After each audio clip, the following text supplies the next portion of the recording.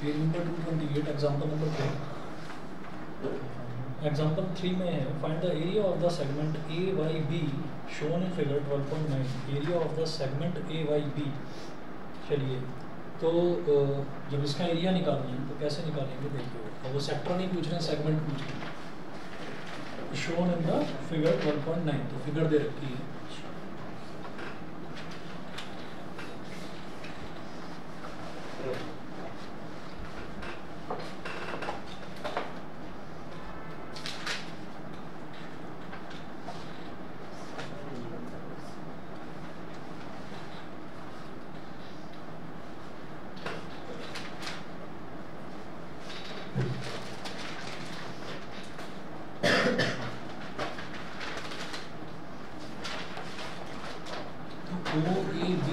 इधर सेंटर दे रखा है O, ये कॉर्ड दे रखी है AB, ठीक है।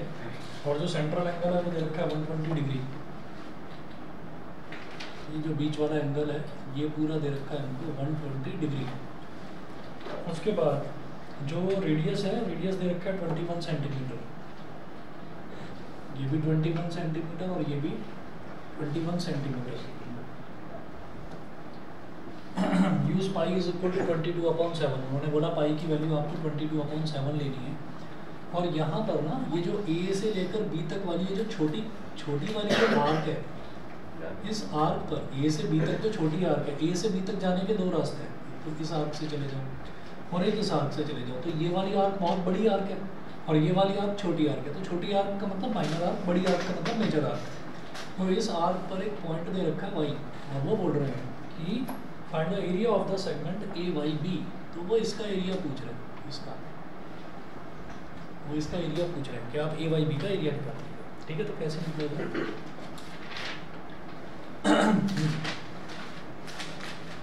Area of the area of A B भी हो सकता है। एरिया ऑफ ए बी इसका एरिया ऑफ ए बी बोल, जैसे पॉइंट पर लगा हुआ है इनके। हाँ, ए वाई बी नाम बोलकर आप ए बी बोल दीजिए या आप माइनर सेगमेंट बोल दो तो भी आपको चलेगा। ठीक है, तो area of the sector O A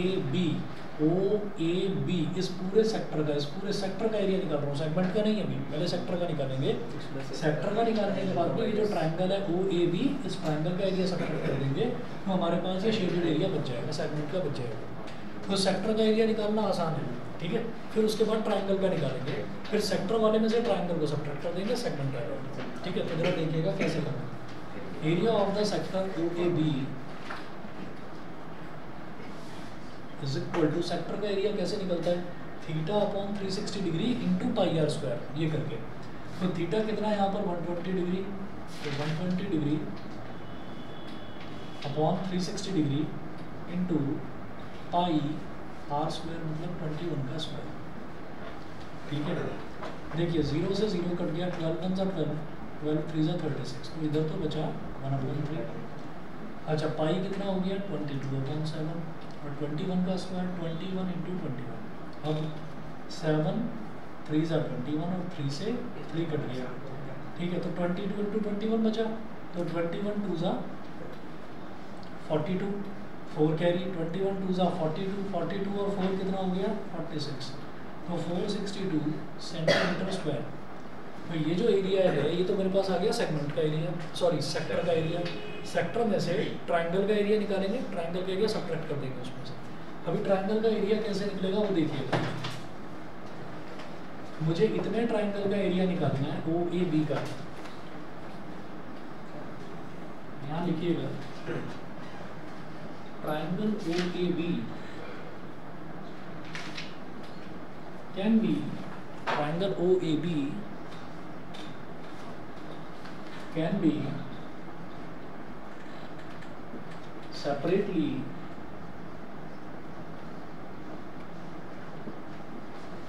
drawn as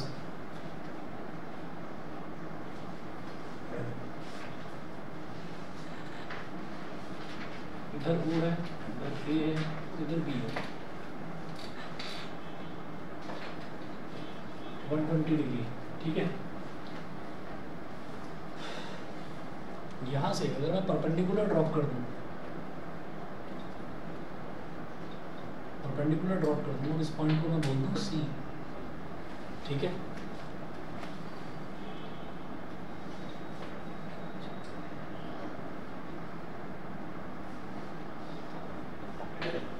लिखिएगा AC is equal to BC,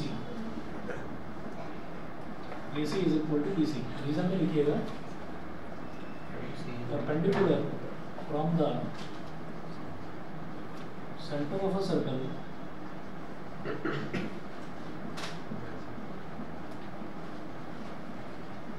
perpendicular from the center of a circle to a chord bisects the chord, ठीक है। perpendicular from the center of a circle to a chord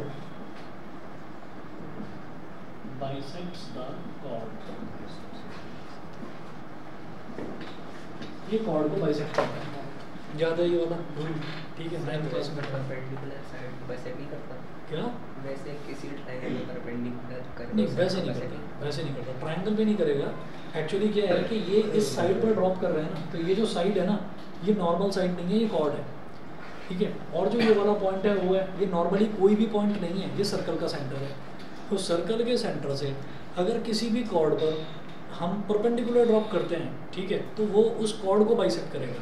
तो basically इसको, इस perpendicular को ये नहीं पता था कि ये जो है AB यानी कि एक ट्रायंगल के बेस पर ये परपेंडिकुलर ड्रॉप कर रहा है, इसको ये नहीं पता था। ये तो सीधा सीधा इसको दिखाई दे रहा है कि AB तो एक कॉर्ड है, और कॉर्ड पर अगर मैं गिरूंगा तो मैं बाइसेक्ट कर दूंगा उसको।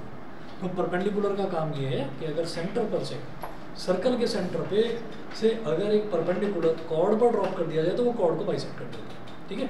अब इसने कॉर्ड को बाइसेक्ट करा, इससे मुझे क्या पता चलेगा वो देखिएगा। हम ये कहेंगे इन triangle OCA and triangle OCB, in triangle OCA and triangle OCB, फटाफट दोनों दिखाई दे रहे हैं, कॉन्ग्रुएंट है, लेकिन कर दो एक बार। In triangle OCA and triangle OCB, OC is equal to OC common side, angle OCA is equal to angle OCB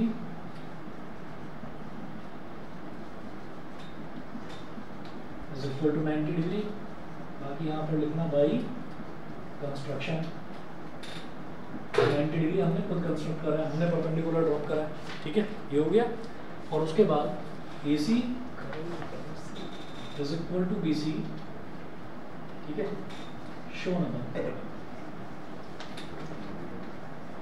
हमने ऊपर बता दिया कि perpendicular from the centre of the circle to a chord bisects the chord, तो हमने लिख दिया show number. अब इससे क्या होगा, side angle side by SAS congruence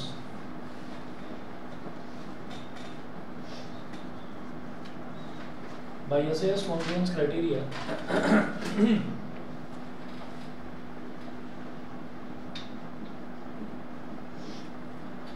triangle OCA is congruent to triangle OCB।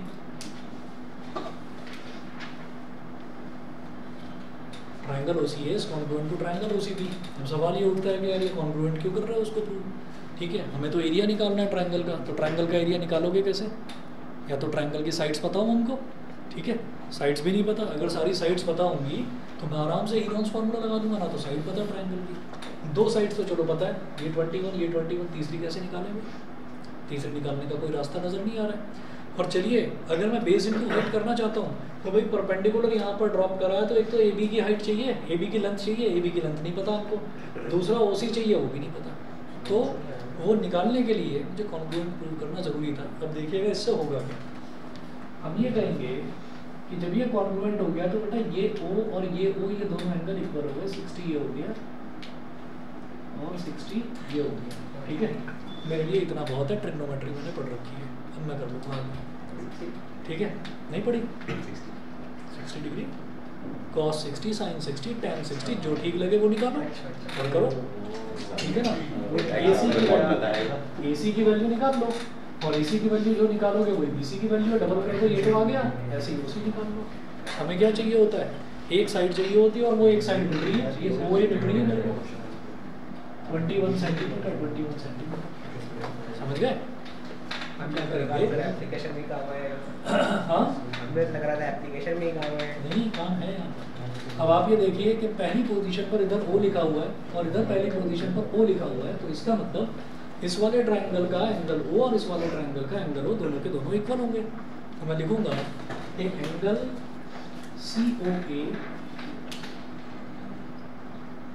COA is equal to angle BCOB BOC कुछ भी बोल दो, इज इक्वल टू 60 डिग्री। ये तो समझ में आ गया, 60 डिग्री होगा, दोनों के दोनों इक्वल होगा, क्योंकि तभी तो दोनों का टोटल 180 डिग्री होगा कि ये उसके इक्वल है, तो ये 60 होगा तो दूसरे को भी 60 होना पड़ेगा, तभी दोनों का टोटल 120 डिग्री बनेगा। अब मैं कहूँगा इन ट्रायंगल OCA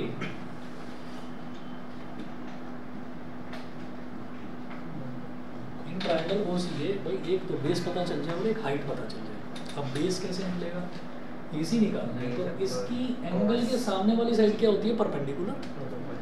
90 डिग्री के सामने वाली साइड क्या होती है, हाइपोटेन्यूज, ठीक है, तो sin 60 परपेंडिकुलर अपॉन हाइपोटेन्यूज, तो यूज करें sin 60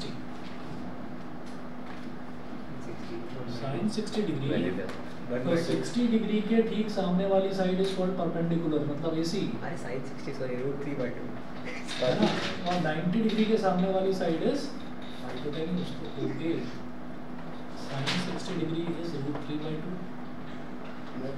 और ये AC ये हो गया 21।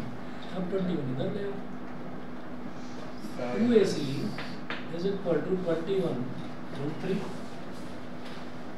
ठीक है। AC नहीं निकालना, 2AC ही निकालना है मुझे। अच्छा हाँ, AC के 2AC को निकालना है सही भाई। ये जो AC है, इस AC का अगर दुगना करते हैं तो AC प्लस BC पूरा AB हो जाएगा, ये समझे? जिनको नहीं समझ में आया उनको तो लिख रहा हूँ, 2AC का मतलब क्या है, AC plus AC is equal to 21√3, और AC जो है वो BC के इक्वल है, यहाँ लिख दो BC, और दूसरा वाला AC ऐसी है 21√3, तो कुल मिलाकर क्या आ गया हमारे पास, AB is equal to 21√3 centimetre. पहली चीज तो ये आ गई। अब भाई मेरे को ये मिल जाए OC, तो OC कैसे मिलेगा, OC के लिए आप ये कहें कि अब तो AC है ना मेरे पास, या चलो AC छोड़ो, आप OA को यूज करो, तो ये जो 60 डिग्री है इसके सामने वाली साइड है परपेंडिकुलर, तो जो बची वो बेस हो गई है ना, जो बचा वो बेस हो गया, तो cos 60 डिग्री करूंगा तो बेस अपॉन हाइपोटेन्यूज, यानी कि OC अपॉन OA। भाई जिसको नहीं समझ में आ रहा हूँ ना बता देना, कई बच्चे ना बस अलग अलग सी शक्लें बना रहे हैं, सभी को क्लियर है? हाँ, बेस अपॉन हाइपोटेन्यूज, बेस क्या होता है, बाजू वाली साइड इज बेस, सामने वाली साइड इज परपेंडिकुलर, ठीक है, 90 के सामने वाली हाइपोटेन्यूज, ये फिक्स है, ठीक है। तो ये जो 60 डिग्री है इसके बाजू वाली साइड ये बेस हो गया, ठीक। cos 60 डिग्री ले रहा हूँ तो cos 60 degree is equal to OC upon 2A।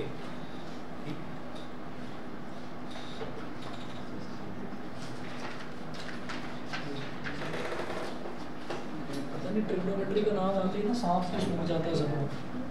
Sir वो हाई आज कर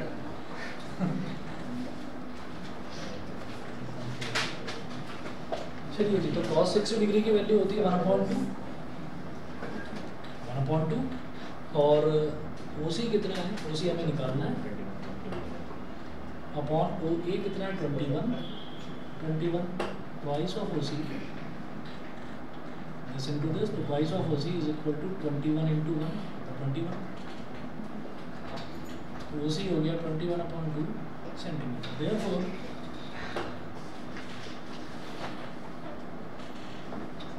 एरिया ऑफ ट्रायंगल OAB क्या 10.5 को नहीं दिया, 10.5 ही है। तो सर की मर्जी तुझे क्या। अरे मुझे ऐसा लगा कि अगर मैं मल्टीप्लाई करूंगा तो शायद कोई तब कट आ जाए, ऐसा लग रहा है, बाकी हो सकता है मैं गलत कहा नहीं हो सकता। Area of triangle OAB is equal to एक पेज भर गया। कोई बात नहीं, हाफ बेस इनटू हाइट, तो बेस कितना है ए बी इनटू हाइट कितना है ओ सी।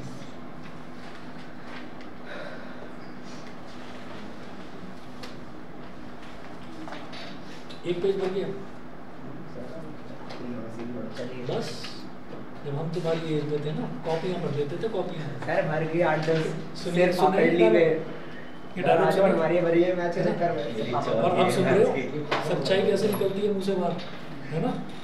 क्या बोल रहा है कि हाफ ईयरली में भर दी इतनी सारी कॉपियां, दोस्तों को डिस्टर्ब करता था, और हाफ ईयरली में ये तो कॉपियां आप भर बना दी। रहे हैं। देख लो इसको, ऐसे होते हैं नालायक दोस्त। दूसरों का दर्द तुम क्या जानो, तुम क्या जानो दूसरों सर का एक दर्द। मिनट, पहली बात तो ये है हमने किसी को पढ़ने से मना नहीं किया। दूसरी बात ये ट्यूशन में कुछ भी हो, तुम्हारे घर पे जो कर रहे हो उस पे बात होती है।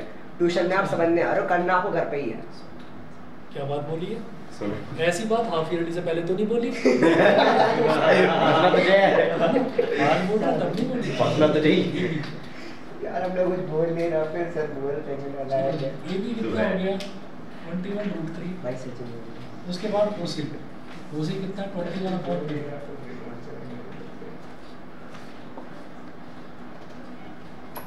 अब ये बिठा लो मेरे में। नहीं कटेगा, मैं नहीं कटेगा। अच्छा सेक्टर का एरिया क्या आएगा भाई? 462 था, कितना था? 462। चलो जी अब इसको करके देख लो, ले लें फिर 10.5 ही ले लें। हाँ सर वही। 21 × 21 कितना होता है बोलो? 441√3 है ना, और अपॉन 2 × 2 कितना हो गया 4।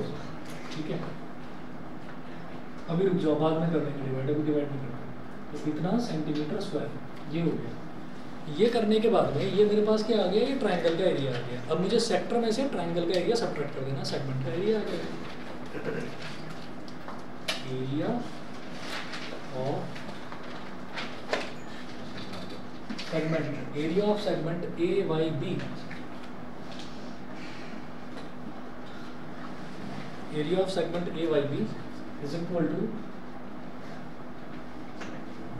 area of sector OAB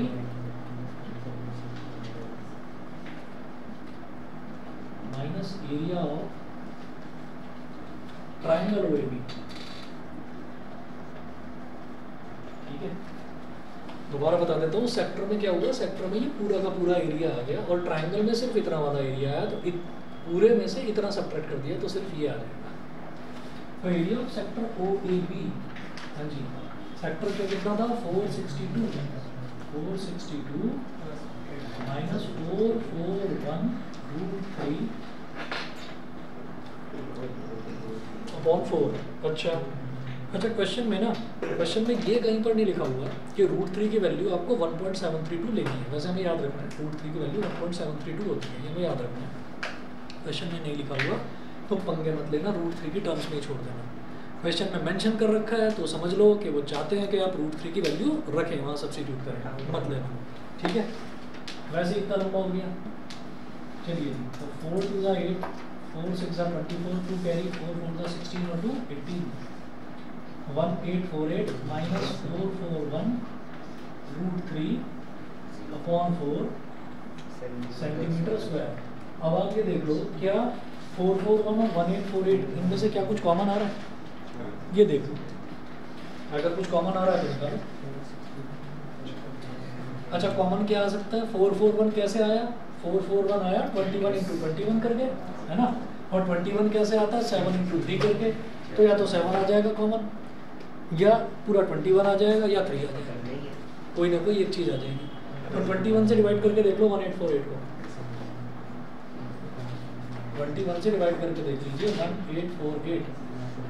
तो 18 को तो क्या लेना, 184 देखो, 184 ऐसे ही अंदाज़ा लगाओ कि 29 सा 180 होता है ना, तो 21 9 से थोड़ा बहुत कम ले लो, 8 ले लो, 8 1 सा 8, 8 2 सा 16, 168, 8 सा ठीक है, 8 सा ठीक है, 9 सा बड़ा हो जाएगा, तो 8 सा ले लिया, 8 1 सा 8, 8 2 सा 16, 168, 14 माइनस 8 कितना हो गया 6, और इधर 16, 168 ठीक है जी, 88 हो गया। 168 यहाँ नीचे लॉस आ गया, 21 निकाल दो कॉमन। तो 21 ले लिया मैंने न्यूमरेटर में कॉमन, तो भाई ब्रैकेट में क्या बचा 88 माइनस 21√3/4 सेंटीमीटर स्क्वायर। ठीक है, तो जो ये आते हैं ना क्वेश्चन सेगमेंट वाले, इसमें बहुत ज़्यादा सिंप्लीफाई करने की जरूरत नहीं है, जितना हो जाए बस बहुत है। अब आप देखो कि 88 और 21 में से वैसे भी कुछ कॉमन नहीं आएगा। 21 के फैक्टर देखो क्या होगा 7 × 3, ठीक है, और 88 के फैक्टर क्या होंगे 11 × 8। ज़्यादा चाहो 11 × 2 × 2 × 2 कर दो 8 को, और फैला दो उसको, उसमें से भी कुछ कॉमन तो आ नहीं रहा। ठीक है ना, तो जितना कर दिया बहुत है बस। ठीक, चलिए जी, ऑनलाइन वाले बताएं भाई क्लियर है? Somil yes sir. ये फार्मूला अभी गायब कर दो सोमिल, दिमाग में से मिटा दो अभी इस फार्मूले को। मैंने बताया था बोर्ड में बताऊंगा, अभी नहीं। Okay sir. प्री बोर्ड में टीचर नंबर नहीं देगा, फिर मत कहना कि ये फार्मूला क्यों बताया मुझे। ठीक है, अच्छा चलिए जी। अरे वो एक फार्मूला है, वो इसमें मेंशन नहीं है, एनसीईआरटी में मेंशन नहीं है, और सीबीएसई में चलता है। सीबीएसई में चलता है मतलब आपने पहले बताया, मैंने बताया था, तो अभी मत करो उसको, प्री बोर्ड तक ये कर लो, उसके बाद शॉर्टकट बता दूंगा सर। 1/4 कॉमन नहीं हो सकता। हाँ ठीक है, 4 निकाल लो, 21/4 एक ही बात है। चलिए जी, उसके बाद हम आते हैं एक्सरसाइज 12.2 पर। तो 12.2 पर जो ये शुरुआत के जो 7 क्वेश्चन हैं ये आसान है, ये आप कर सकते हो। मैं 8वें से स्टार्ट करता हूँ, 8वें से करता हूँ स्टार्ट। Exercise 12.2 question number 8।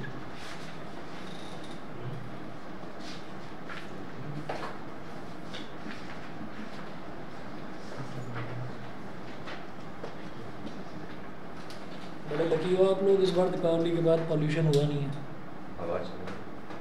बहुत लकी हो। ये तो परेशान हो जाता है, एक आधा बच्चा बीमार जरूर पड़ता, टाइम वेस्ट होता आप ही लोगों का।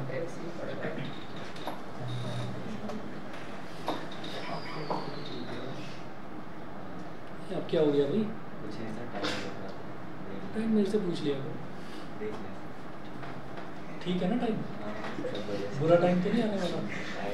बस आगे नहीं आता।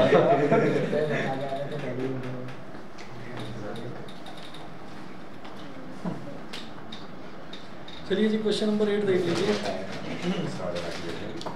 Horse is tied to a peg at one corner. भाई ये वो वाला पेग नहीं है, पेग है वो वाला पेग नहीं। कुछ कहा भी नहीं था।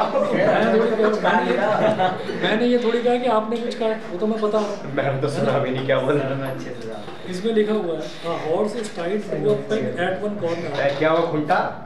खूंटा, यस, हाँ ये सही समझ गधे देहाती। ठीक है। तो एक घोड़े को खूंटे से बांधा हुआ है एक कोने में, तो भाई वो कितनी भी जोर लगाए, वो अपनी गर्दन से कितना भी जोर लगाए, रस्सी पूरी टाइट हो जाएगी, तब तक जाकर वो ऐसे घूमेगा। ठीक है, अब पहले इन्होंने बता दिया एक स्क्वायर शेप का ग्रास का फील्ड है, मतलब वो जो फील्ड है वो स्क्वायर शेप का है, तो उससे बाहर वो निकल नहीं सकते। ठीक है, तो वो जो सर्कमस्क्राइब कर रहा है ऐसे क्या कर रहा है?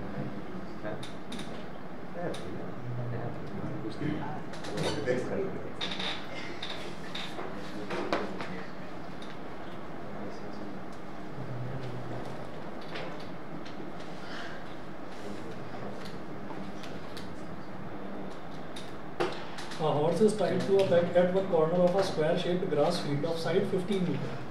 तो इसकी साइड जो है ना वो 15 मीटर दे रखी है।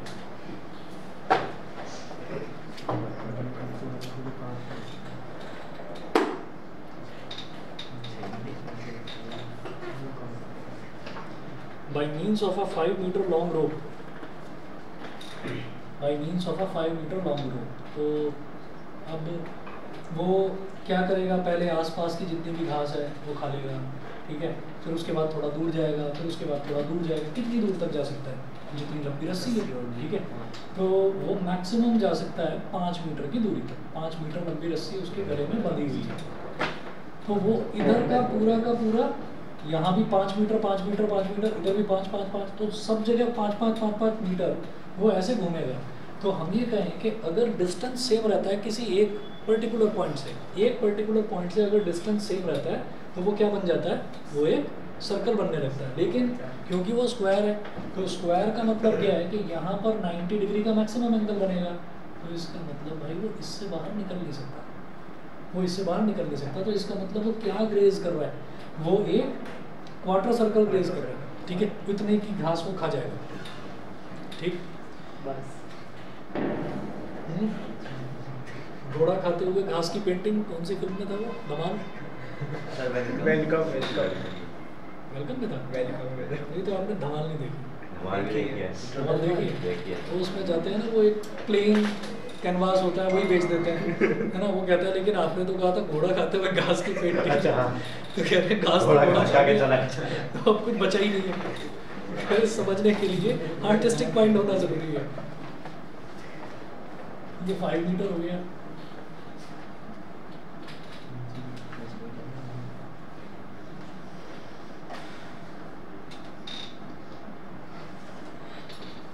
तो ये इधर 10 मीटर बचा, 5 metre,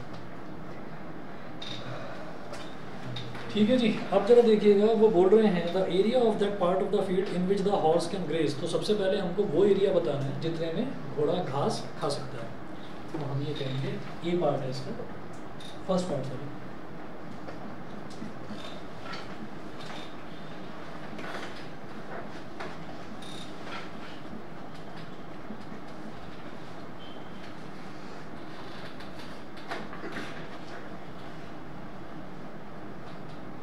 which the horse can graze.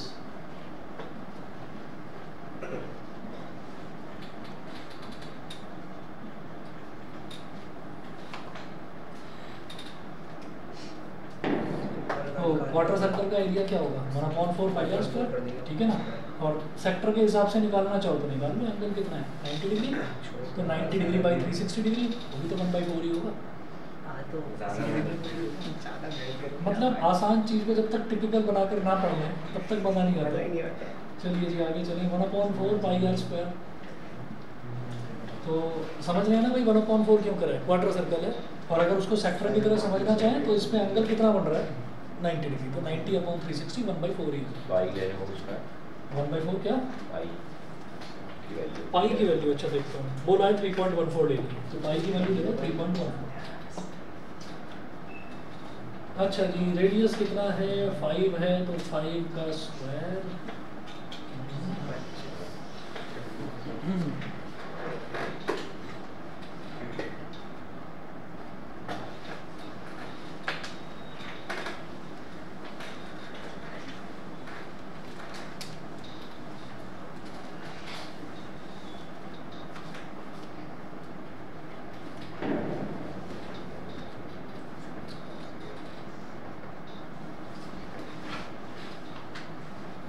अब इसको मल्टीप्लाई कर दीजिए, 1/4 इंटू 25 4 ज़ा 100, तो 10 कैरी आ गया, 25 1 ज़ा 25 और 10 35, तो 3 कैरी आ गया, 25 3 ज़ा 75 3 78 78.50। अब लास्ट का 0 लिखने की ज़रूरत नहीं होती, 4 से डिवाइड कर दो, 4 4 7 - 4 is 3 3 8 38 4 9 = 36 38 - 36 is 2 2 5 25 4 6 = 24 25 - 24 is 1 1 0 10 4 2 = 8 4 5 19.625 metre square, ठीक है। तो इतना एरिया में वो ग्रेज कर सकते हैं। अरे नहीं इतना ही। उसके बाद देखिए सेकंड है the increase in the grazing area if the rope were 10 metre long instead of 10 metre instead of 5 metre, sorry. वो बोल रहे थे increase in the grazing area, increase in the grazing area का मतलब ये है माइनस, अगर रस्सी की लेंथ, रोप की लेंथ अगर बढ़कर 10 मीटर हो जाए,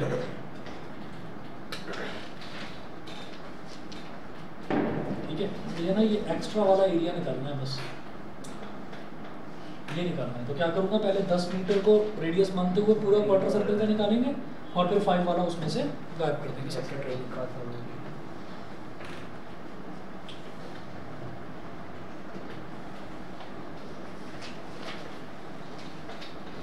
The increase in the grazing area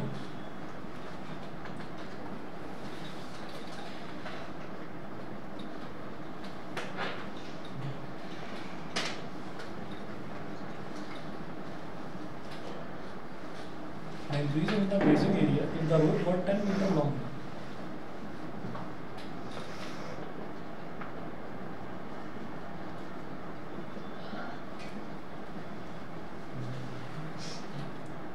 Is equal to 1/4 pi 10 का स्क्वायर माइनस 1/4 पाई 5 का स्क्वायर. क्या करो 1/4 इंटू पाई का मतलब हो गया पाई/4. इस पाई/4 को तो ले लो बाहर. ब्रैकेट में बचा 10 का स्क्वायर माइनस 5 का स्क्वायर. 75 लिखोगे. चलो 75 लिखो, ज़्यादा बढ़ गया. 75 हो गया. ठीक है. उसके बाद 1/4 और इसको लिखो 3.14. अब जरा ना दिमाग लगा देना इसमें. 75 को लिखना 25 इंटू 3. क्यों? क्योंकि 25 इंटू 3.14 में कर चुका हूँ. 25 इंटू 3.14 आया था 78.5. ठीक है ना. तो ये पूरा हो गया 78.5.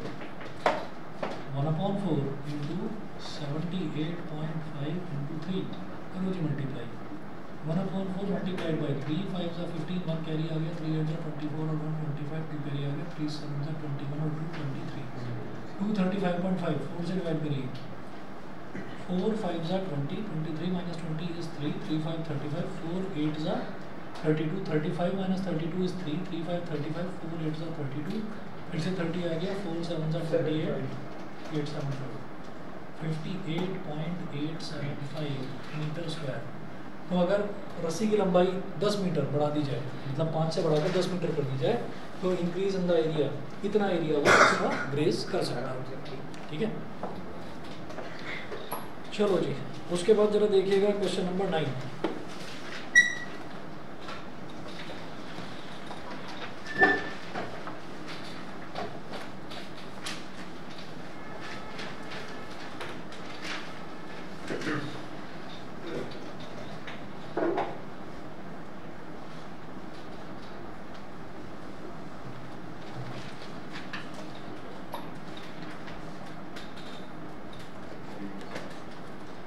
Question number 9 में है a bruise is made with silver wire in the form of a circle with diameter 35 millimeter.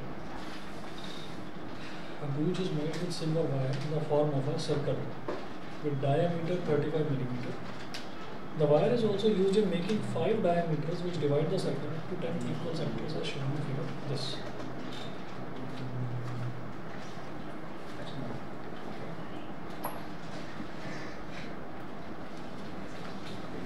Ninth.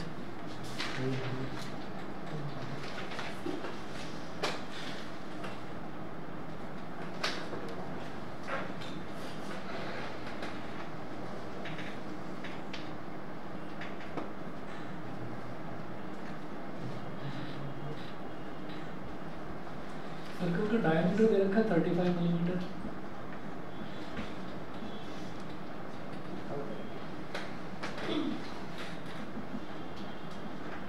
यानी कि 35/2 millimeter. The wire is also used in making 5 diameters. अब इस वायर से 5 और डायमीटर्स बनाए जाते हैं.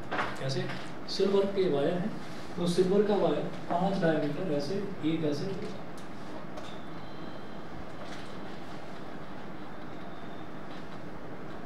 एक ऐसे, 2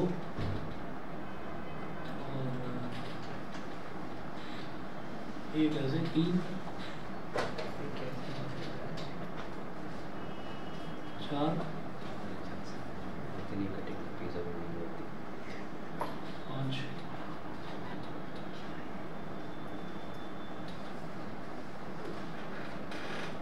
ऐसे बन गया. ठीक है. तो अब वो बोल रहे हैं the wire is also used in making 5 diameter which divide the circle into 10 equal sectors. तो भाई 10 ना बराबर सेक्टर हो गए. एक तो यहाँ से स्टार्ट करिए तो यहाँ एक डॉट लगा दिया मैंने. 1 2 3 4 5 6 7 8 9 10. 10 सेक्टर हो गए इक्वल सेक्टर्स। इक्वल सेक्टर्स का मतलब क्या हुआ कि एंगल निकालेंगे, सेंट्रल एंगल निकालेंगे। वो सेंट्रल एंगल कैसे निकलेगा आप ये देखिएगा। अच्छा वो क्या है सबसे पहले the total length of the silver wire required. ठीक है, पहले तो सिल्वर वायर की टोटल लेंथ निकालेंगे।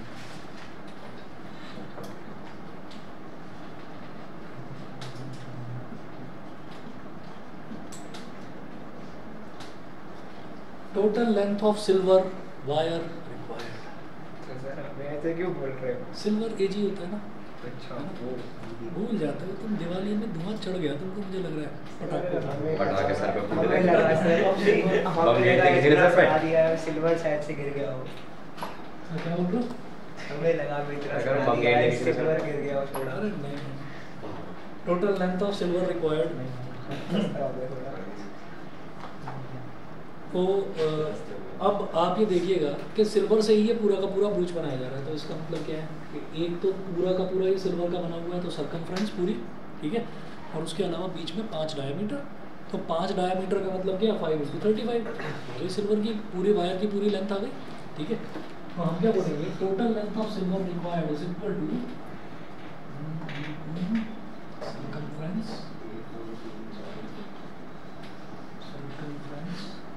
plus 5 diameters।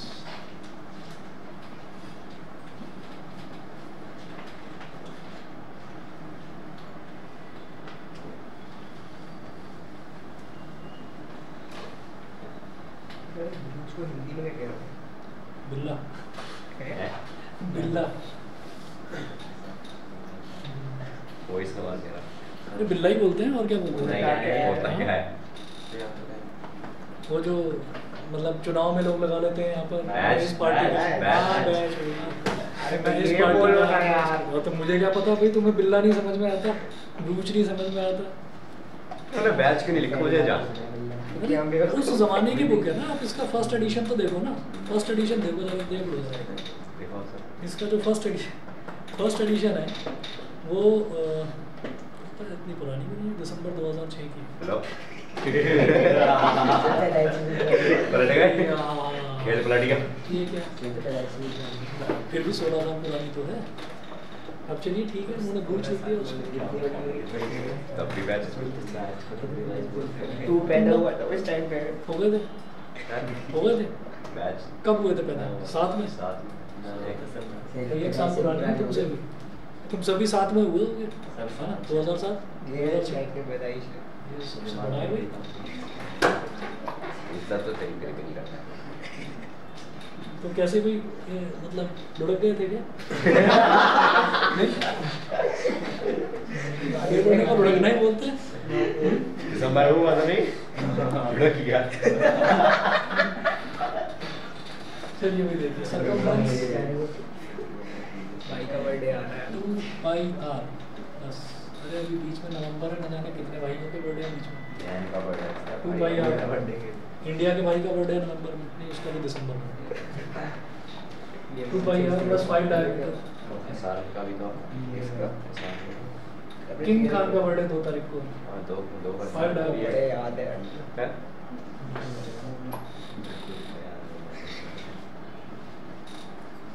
2 इंटू, अच्छा पाई की वैल्यू कितनी बोली है उन्होंने? 3.14। कुछ नहीं बोला। तो जब कुछ नहीं बोला तो फिर हम रेडियस के हिसाब से ले लेंगे पाई की वैल्यू। रेडियस क्या दे रखा है? 35/2। तो क्या लेनी चाहिए? 32/7 लेनी चाहिए। ऐसी वैल्यूज बड़ी अच्छी लगती हैं जो 7 से डिवाइड हो जाती हैं।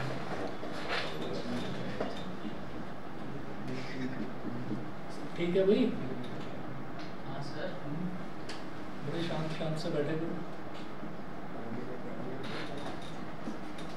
5 5s are 25, 5 3s are 15 और 2 17, 175 हो गया। 7 5s are 35, 2 से 2 कैंसिल, 22 5s are कितना हो गया? 110 प्लस 175, तो कितना हो गया? 285 मिलीमीटर। ठीक है, 285 मिलीमीटर। एक बार आंसर देख लो। 12.2 का क्वेश्चन नंबर 9 का first part.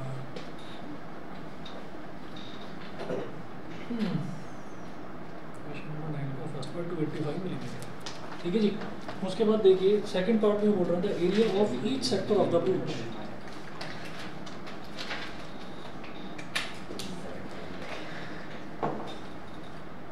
Area of each sector of the ब्रूच, तो पता है क्या है, अगर हम किसी भी सर्कल में, पूरे सर्कल में अगर हम घूम जाते हैं तो टोटल जो एंगल बनता है वो 360 डिग्री बनता है। तो यहाँ पर सेक्टर बन रहे हैं 10, तो 1 2 3 4 5 6 7 8 9 10, तो इसका मतलब आप इसको 36 से डिवाइड कर दीजिए तो हमारे पास सेंट्रल एंगल एक एंगल आ जाएगा। वो एक एंगल कितना आ जाएगा 36 डिग्री। और फिर एक का निकाल देंगे सबकी जगह एक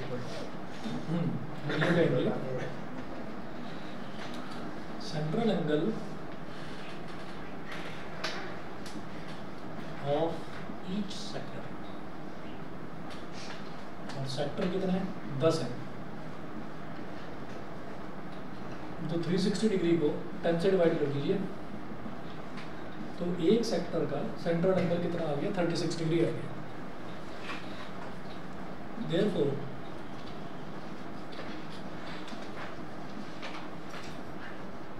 area of one sector is equal to theta upon 360 into pi r square। Theta कितना होगा 36 degree, 36 degree upon 360 degree into 22 upon 7 area का 110 का भाग 35/2 into 35/2। समझ गए? 35/2 का होल स्क्वायर टेक्निक में सीधा उसको एक्सपेंड करके लिख दिया। ठीक, चलिए जी 1 0 से, अच्छा 0 तो है ही नहीं, तो 36 10 360 और 7 5 35 5 2 10 2 11 22, ये सब तो खत्म हुआ इधर। और ये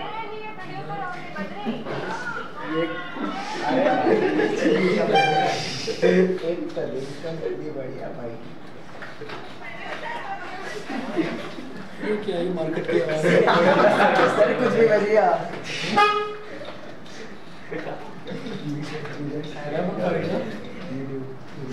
11 5 से 55 11 3 से 33 और 5 करा यूट्यूब खोलिए, ये खोला कैसे, मैं तो वो पूछ रहा हूँ। इसका रिकमेंड में ऐसा बात है। चलिए जी 385 डिवाइडेड बाय 4 नहीं कर रहा है इसको। ये भी ना आंसर पर नजर पड़ी थी, यही है आंसर, उन्होंने डिवाइड नहीं करा। वैसे चाहो तो काट देगा, डिवाइड भी नहीं करा। तुम कर लेना डिवाइड, 21/2 इज इक्वल टू 10.5। ठीक है, तो करना जरूरी है। चलिए भाई आगे चलिए। क्वेश्चन नंबर 10 देखिए भाई, ऑनलाइन वाले बता दो यहाँ तक क्लियर है? अच्छा 5 यस सर। ठीक है, चलो फिर अगला बाकी के खुद ही करना देखना। Question number 10 11। अच्छा हाँ, एक चीज़ और आपको बता रहा हूँ, कल तो मैं पढ़ाऊँगा, परसों नहीं पढ़ाऊँगा, लेकिन उसकी जगह आपकी संडे को क्लास होगी। परसों मुझे काम है, मैं हूँ नहीं, ठीक है, तो कल लूँगा नेक्स्ट क्लास, उसके बाद फिर संडे को। ठीक, चलिए जी शुरुआत के क्वेश्चन ट्राई करना, 7 क्वेश्चन आसान हो जाएंगे। ठीक है भाई का नाम बद्री।